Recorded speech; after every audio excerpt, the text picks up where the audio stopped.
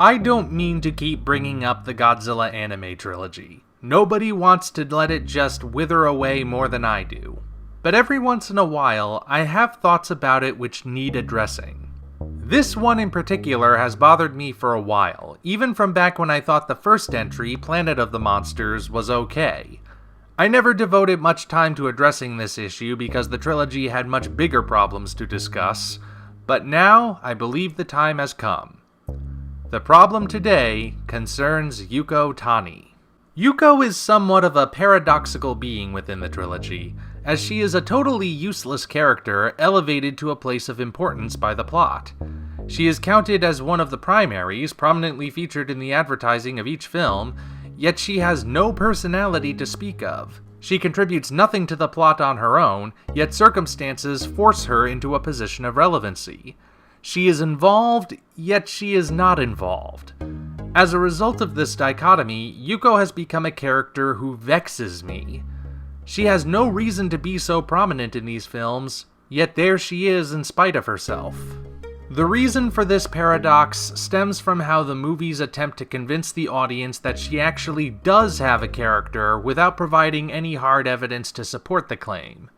Though she is a primary, Yuko is absent for large swaths of the trilogy, but whenever she does show up, she has dialogue about how involved she is in the proceedings. She knows all about the issues with the council aboard the Eratrum, despite not holding a position of authority. She's known Haruo and Grandpa for her entire life, despite her absence from the flashbacks.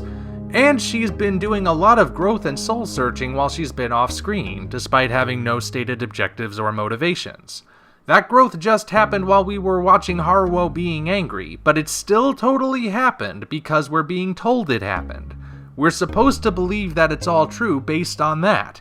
Yet even with all of this dialogue, she remains an empty shell whose contributions to the story happen in spite of who she is rather than because of who she is. We're being told that she's a character, yet the claim doesn't ring true. I've been trying to figure out what to call this. I knew there had to be a name for what I was seeing, but I had no clue what it could be. At least, not at first. Finally, I was able to make a connection. I don't recall what exactly sparked the revelation. Perhaps it was just the logical conclusion to reach after thinking so much about it. Either way, the best comparison I can come up with for what these movies do to Yuko is with the Texas sharpshooter. For those who don't know what I mean by the Texas sharpshooter, it's a scenario that goes something like this. A man tells everyone in a Texas town that he is the best sharpshooter in the land. To prove it, he brings everyone to a wall. On this wall are painted an arrangement of targets scattered at random all over the surface, and in the dead center of each target is a bullet hole. The self-proclaimed sharpshooter states that he painted those targets and fired at them, scoring a bullseye every time without fail. True, nobody saw him do it, and he won't be repeating the trick in front of anyone, but the evidence speaks for itself, does it not? However, what he actually did was shoot the wall when no one was looking, then paint the targets around each bullet hole. It only looks like he's a crack shot, but in reality he's a con man. Bring in some actual experts and they'll expose him for the fraud he is.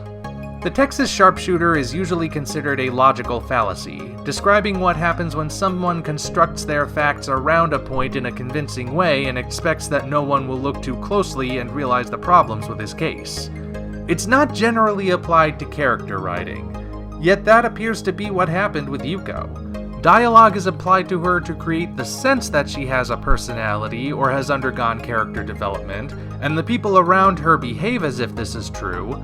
Yet when you really pay attention, you realize that dialogue is nothing but air and nothing exists to support any of it. Yuko Tani is an illusion, less than a ghost and just one step away from being nothing at all. She may not be the greatest of the anime trilogy's issues, but she is a unique one. Unfortunately, that's the only worthwhile thing about her. If you enjoyed this video, be sure to like it, as well as subscribe to the channel for more content of a similar nature. Also, check the description for links to our Twitter, DeviantArt, and Patreon pages, as well as the Amazon link for the novel Operation Red Dragon: The Daikaiju Wars Part 1, penned by yours truly. Thank you all, and we appreciate your support.